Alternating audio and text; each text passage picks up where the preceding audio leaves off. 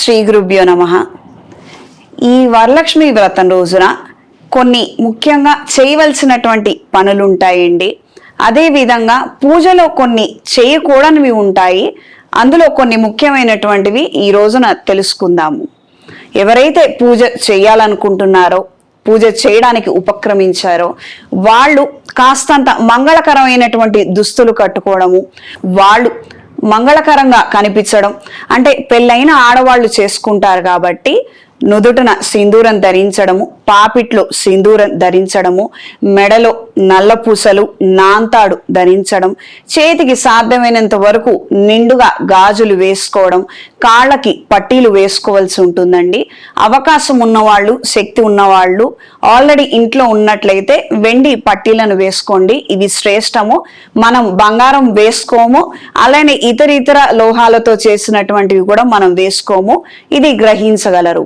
లేదు ఇప్పటి వరకు మనం కొనుక్కోలేదు, మన దగ్గర లేదని అనుకుంటే ఇప్పుడు అంత ఖర్చుతో కూడుకున్నటువంటి అంశాలు అవసరం లేదు. కానీ ఇంట్లో ఆల్రెడీ ఉన్నట్లయితే మాత్రం ప్రత్యేకంగా ఈ వరలక్ష్మి వ్రతం చేసుకుంటున్న వారు కాళ్ళకి పట్టీలు ఖచ్చితంగా పెట్టుకోవాలి. పెళ్ళైన వాళ్ళు కాబట్టి మట్టలు కూడా పెట్టుకోవాల్సి ఉంటుంది. జడ అంటే తలస్నానం చేసి మనం వ్రతం చేసుకుంటాం కాబట్టి ఖచ్చితంగా తల ఆరాలి. వెంట్రుకలకి తడి నీటి బొట్టులు కానీ రాకూడదు. పూర్తిగా తల ఆరిన తర్వాత, జుట్టు ఆరిన తర్వాత జడ వేసుకొని జడలో ఒక పుష్పాన్నైనా కనీసం ధరించి ఆ తర్వాత మాత్రమే పూజని ప్రారంభించాలి. కళ్ళకి కాటుగా, కాళ్ళకి పసుపు ఖచ్చితంగా ఉండాలి. అంటే ఇవన్నీ చేసుకొని మనం చేస్తేనే మనం ఒక పూజ చేస్తున్నాము అన్న తద్భావన మనకి కలుగుతుంది. ఆ పూజ చేయడానికి మనకి ఒక అర్హత అనేది ఏర్పడుతుంది. ఉదాహరణకి ఆపరేషన్ థియేటర్లోకి ఎలా అంటే మనం అలా వెళ్ళలేం. ఎవరు వెళ్ళినప్పటికీ కూడా ఒక డ్రెస్ కోడ్ అనేది ఉంటుంది. అక్కడ ఒక బాధ్యత తీసుకొని పెద్ద మనిషిగా నిలబడి నేను ఒక పని చేస్తున్నాను, లేదా నేను పక్క నుండి అసిస్టెంట్గా ఉన్నా, ఎవరి డ్రెస్ వాళ్ళకు ఉంటుంది. వాళ్ళు ఆ పద్ధతిలోనే వెళ్ళాలి, చెయ్యాలి. బయటకు వచ్చిన తర్వాత దేని దారి దాంది. ఇప్పుడు మనం ఈ రోజున వ్రతం చేద్దాం అనుకుంటున్నాము కాబట్టి ఈ విధంగానే మనం అలంకరించుకొని మనం అమ్మవారిని పూజించాలి. ఈ పూజలో ఉపయోగించవలసినటువంటి పదార్థాలు కొన్ని ఉంటాయి.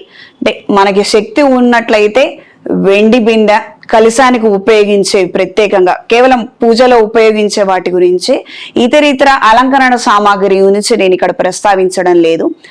మనం పూజలో పెట్టే కలశం మీద కొబ్బరికాయ పెట్టి, బ్లౌజ్ పీస్ దానికి చుట్టి బొట్టు పెట్టి అమ్మవారిని ఆవాహనం చేసుకుంటాం కదా, ఆ కలశం చెంబు వెండితో తయారు చేసింది అయి ఉండాలి, లేదా రాగి, ఇత్తడి లేదా పంచలోహాలు, ఈ రకమైన లోహాలతో తయారు చేసినటువంటి చెంబులను మాత్రమే పూజలో ఉపయోగించండి.